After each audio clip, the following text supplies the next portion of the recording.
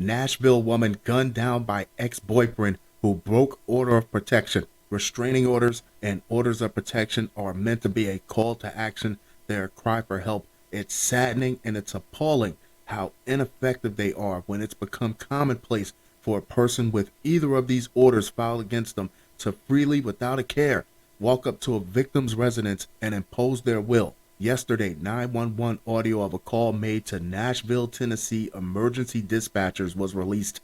The bone-chilling conversation revealed the final moments of Michaela Carter's life before it was tragically cut short by her ex-boyfriend. There was the woman in California who was beheaded by her ex outside of her own home. Then in Colorado, the woman's ex made it to her home. He wanted to kill her, but instead he got the father, two other family members, and a neighbor. These are not lovers' quarrels or couples' arguments. These are people coming to you with legitimate concerns for their life.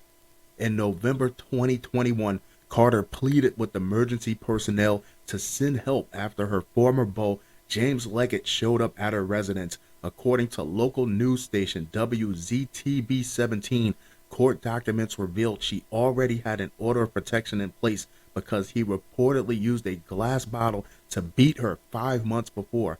As she begged the dispatcher to send help, the Nashville woman was bombarded with irrelevant questions that wasted time and ultimately cost Carter her life, her family claims. Since restraining orders and orders of protection are proving every day to be inadequate, the very least they can do is highlight to law enforcement that this is not just your run-of-the-mill domestic dispute.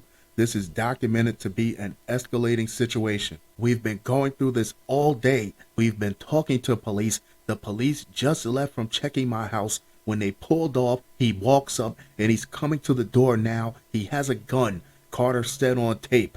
And that's how disgustingly easy it was for this man to get his chance to murder that woman by staying just out of eyeshot of the police and patiently waiting for his window of opportunity. That whole department should be beyond embarrassed.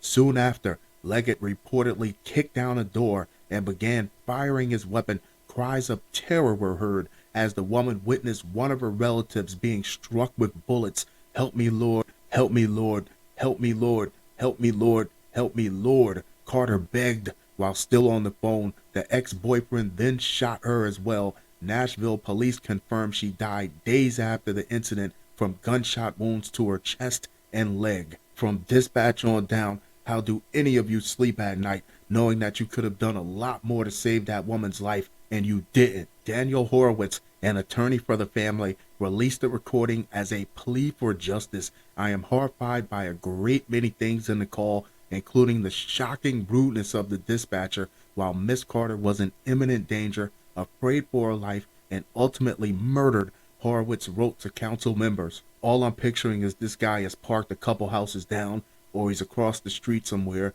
or he's in the bushes, and he's just waiting for the police to leave. Meanwhile, nobody is listening to this woman, and that's what's truly upsetting to me."